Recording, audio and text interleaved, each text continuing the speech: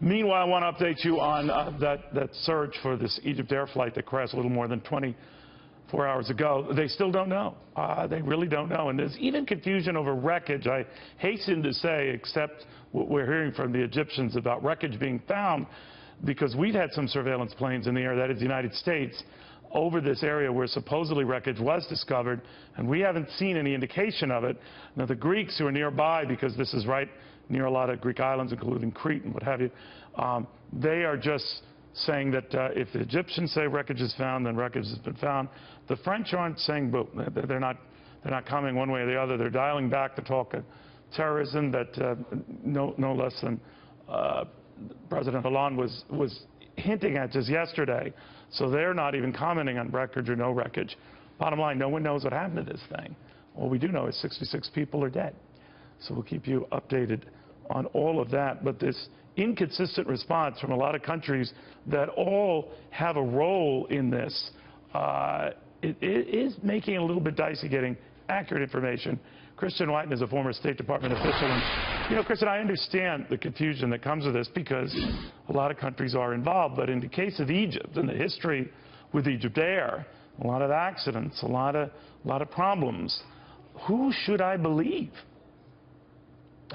Well, you know, the Egyptians do have a mixed record. We're familiar with more recent terrorism with the explosion of a plane departing from Egypt. Also in 1999, an EgyptAir flight leaving from JFK crashed on its way, I believe, to either to Europe or ultimately to Egypt.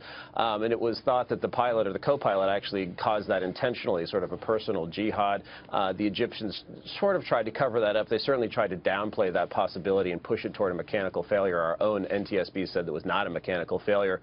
It's also a little disconcerting that you have all of these countries with whom we are allied, not in a remote part of the Indian Ocean where that Malaysian plane is thought to have crashed, but in the Mediterranean, in a place with a tremendous amount of commerce and military focus, and that we don't even, you know, can't even find wreckage, don't even have sort of the most basic information of what happened. So that's all a little troubling. How does it work in these situations, Christian, where so many countries have a role? I mean, if it occurs near Greece, the Greeks are involved. Occurs over Egyptian airspace, I can understand the Egyptians being involved. The French, of course, they'd left from Paris. I understand that. U.S. reconnaissance efforts in the area involves an American role. But you can have a lot of chefs in the kitchen, right?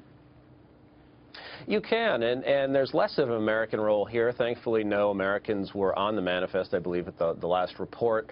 But of course, and also it's a aircraft that's manufactured in Europe by Airbus, not by us. True. Nonetheless, just the skills that we have in doing this, and the fact that we are, you know, we have such a strong military relationship, and because this is in international waters, it tends to fall to not to police forces, but more to military capabilities. Also, you know, Europe, a lot of NATO is known to skimp on some of the less exotic but important military capabilities like airlift and like reconnaissance, things of that nature that would be useful in this case. So often people welcome the U.S. role. It's unclear, though, and Egypt, of course, is not going to be welcoming of anything if this is terrorism. Of course, people have speculated, including Donald Trump, that it is terrorism, but they're not going to be certainly welcoming of that. They're hoping it's something else.